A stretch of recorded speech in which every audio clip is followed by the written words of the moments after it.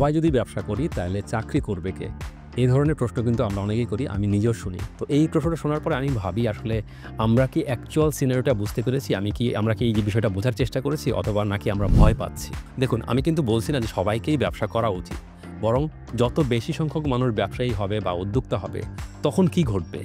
তখন বেশি ব্যবসা মানে বেশি চাকরি। এবং বেশি চাকরি মানে কিন্তু কর্মসংস্থানের সংকট না, বরং প্রতিযোগিতা। তখন কিন্তু কোম্পানিগুলোর মধ্যে একটা কম্পিটিশন দেখা দিবে যে ভালো লোক কীভাবে ধরে রাখা যায়, তারা তখন বেতন বাড়াবে, বেনিফিট বাড়াবে। সেটা কিন্তু কোনো বাজে সমস্যা না, সেটা একটা মধুর সমস্যা। সো একটা দেশের অর্থনীতি তখনই শক্তিশালী হয় যখন মানুষকে চাকরি খুঁজে পেতে হাহাকার করতে হয় না, বরং কোম্পানিগুলোকে ভালো লোক খুঁজে পেতে হিমশিম খেতে হয়। ভাবুন তো, এমন একটা বাংলাদেশ যেখানে প্রচুর ভালো কোম্পানি রয়েছে, অনেক বড় কোম্পানি রয়েছে, বাট তারা লোক খুঁজে পাচ্ছে না, ভালো লোক খুঁজে পাচ্ছে না। তখন কি হবে? তখন কিন্তু এখনকার যে সিনারিও আমরা জনশক্তি রপ্তানি করি, তখন কিন্তু উল্টো জিনিসটা ঘটবে। আমরা বাইরে থেকে যখন লোক হায়ার করব বা জনশক্তি আমদানি করব। সো একটা দেশ উন্নয়নশীল দেশ থেকে উন্নত দেশে তখনই পরিণত হয় যখন এইরকম সিনারিও বা এরকম সিচুয়েশন ক্রিয়েট হয়। যত উন্নত দেশ রয়েছে সব দেশেই কিন্তু কর্মী সংকট রয়েছে। সো তাই ভয় পাওয়ার আসলে দরকার নেই। আপনি যদি শুরু করতে চান, ব্যবসা করতে চান, উদ্যোক্তা হতে চান, শুরু করে দেন। সো আপনার সফলতা শুধু আপনাকে বদলাবে না, আমাদের পুরো অর্থনীতিকে কিন্তু পাল্টে দিবে, বদলে দেবে। সো দেশ গড়বে কিন্তু উদ্যোক্তারাই।